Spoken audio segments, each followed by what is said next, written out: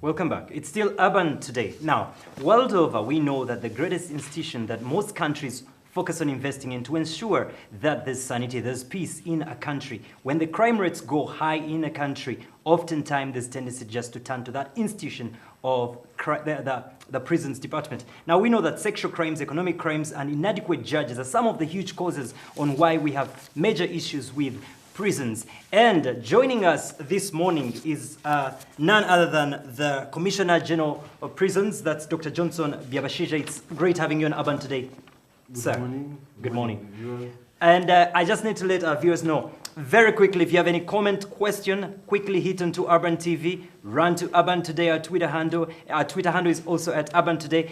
Get in your question or comments. Now, I need to let you know, before we go in for the very first question, that according to, I'm trying to take some statistics from Angelo's blog here, where we have, since 2009-10, our prison rates of inmates grew from 0.3% to 0.75%. Now, according to the Human Rights Watch, we know that close to 50,000 prisoners go through the Uganda prisons every single year. And currently, Uganda has 223 prisons. And fortunately, I'm quoting these figures while the man behind all this is here. So in case I get anything wrong, he's going to be able to sort us correctly.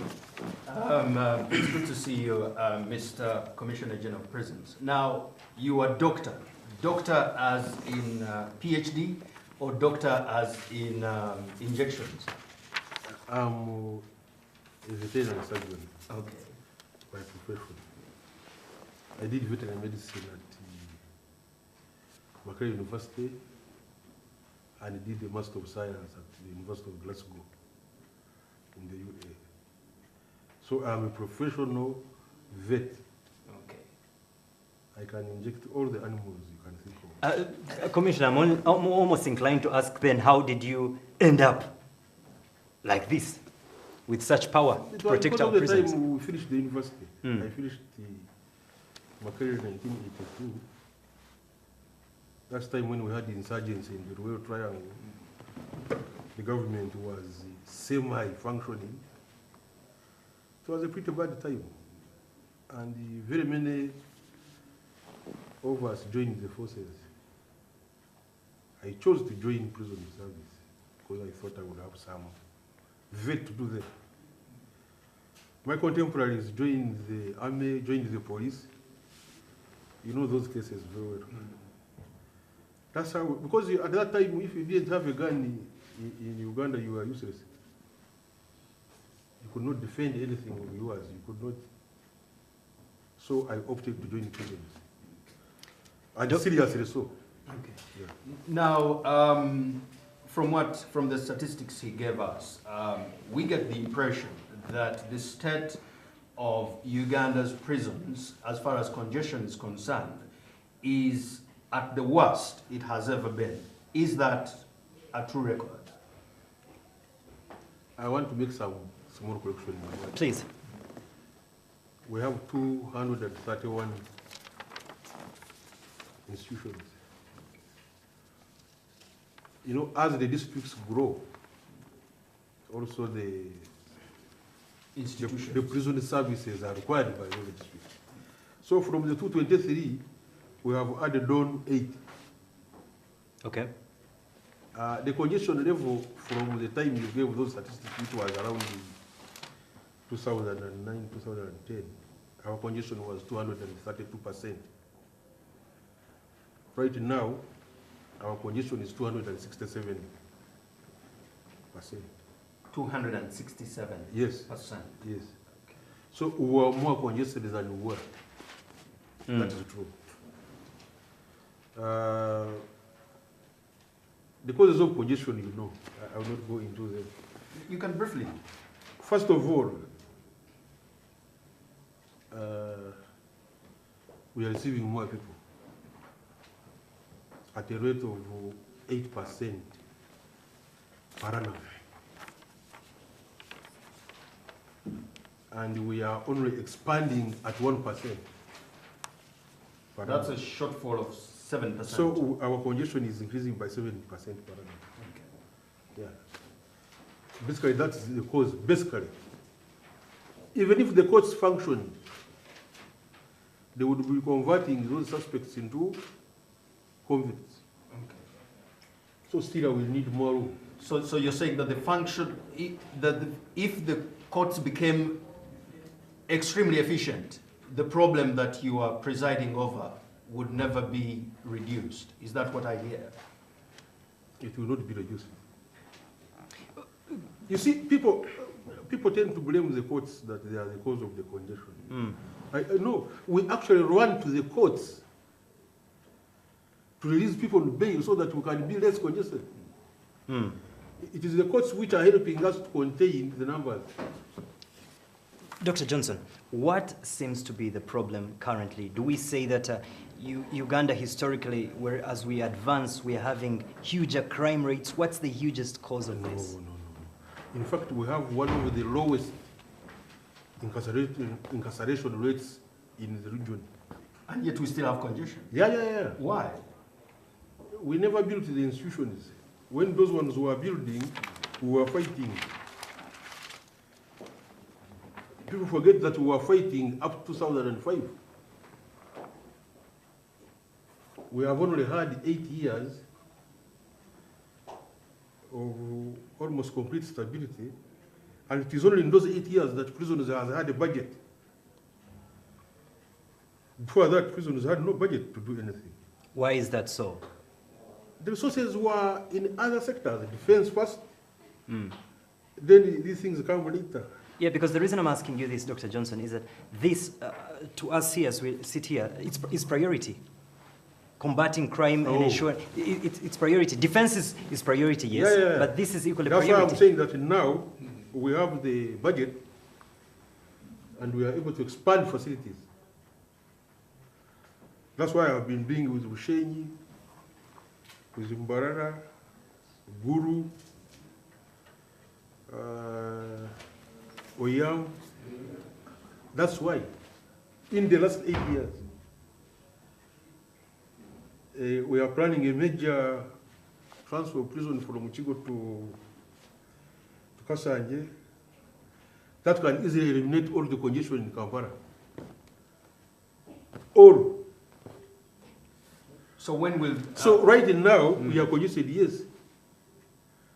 But progressively, we are addressing this congestion. Okay. But what is the current exit rate of inmates from prisons to this world we're in? What is the exit rate currently? Because there's been a challenge that we noted that some of the inmates actually end up overstaying their stay in your custody. So what's the exit rate, and what would again be contributing to that? There is a figure also I want to correct here. Please. Actually, the turnover is around 70,000. Not 50,000. Not 50. That is coming in and going out. All year round. Over the last 8 years, what has changed on exit?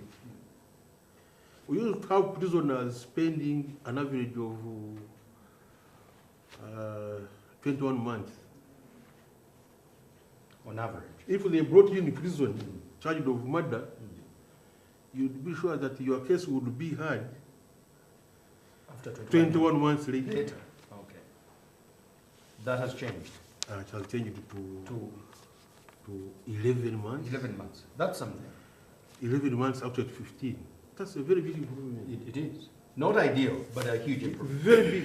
Now, we hear... So if you remove the mandatory period, which is 6 months, that makes just you an have extra about 5 months. 5 months extra, yes. I think that's why the Karunjis have already been tried. That's why that is a very big improvement. Now, Dr. Johnson, in the UK and the US, there are private prisons where government rents out or gives the responsibility to private individuals to construct prison services, and then they charge the government per prisoner they hold. I think the rate I saw... In Uganda, we are not yet capable of doing that. Why? We don't have the money. Maybe the private individuals could invest, and then because you're already anyway spending... You see, the government has to pay for those services. Okay. Uganda can't pay for prison services of private practitioners. I can't understand this. Even in South Africa, they are trying to reverse. It's very expensive. So like private schools and government schools, if you ask government to pay for those services in private schools, would it be able? It would not. But maybe we should try it. This is the same. Can government pay for private schools offering services of it? But Dr. Johnson, We have not reached there. Anyway, that's the fact. Dr. Johnson, if the government can pay for private companies to import our vehicles when it can actually import them itself, your vehicle was probably imported on behalf of government by a private individual. Why can't it use the same principle? What are the current government priorities? Not prisons. No. That's Even scary. if That is scary. No, even if I was the one in charge, I would not prioritize prison. Why? That is a heavy statement. Why? No, it cannot be. Okay, we're going to take a break shortly. Before we take a break, I don't have to sleep over that. Dr. Johnson, before we take a break, we're going to take a break. But before we take a break, oftentimes we watch films and we watch Prison Break and all that. Have you ever had some notorious cases of prisoners actually escaping, whether it's the Upper Bay in Luzira and all I that? have had one. Only one case? When I'm a CGP. Okay. One case. And it disturbed me. How did it so happen? much. This man took advantage of workers who had come to do repairs. Okay. And he put on uniform of the workers and he went through the gates. They said, well, he has climbed. No, you cannot climb out over there unless you are aided. Did you get him? We have not got him. Up to date? But Well, this is the picture I saw on the website, right? yes, but And there is a figure of how much? a figure of I think 5 million. 5 million. 5 million. If For you get him. anyone with information leading to Yes. his arrest. And I can assure you, I will get him. Okay, well, we're taking a break right now. There's a figure of a starting capital of 5 million Uganda shillings. We'll give you the details of who that person is that managed to have a short mini film of Prison Break in Uganda. We'll take a break. When we get back, we're still continuing with our discussion with Dr. Johnson, Byabashaija'S on Urban Today.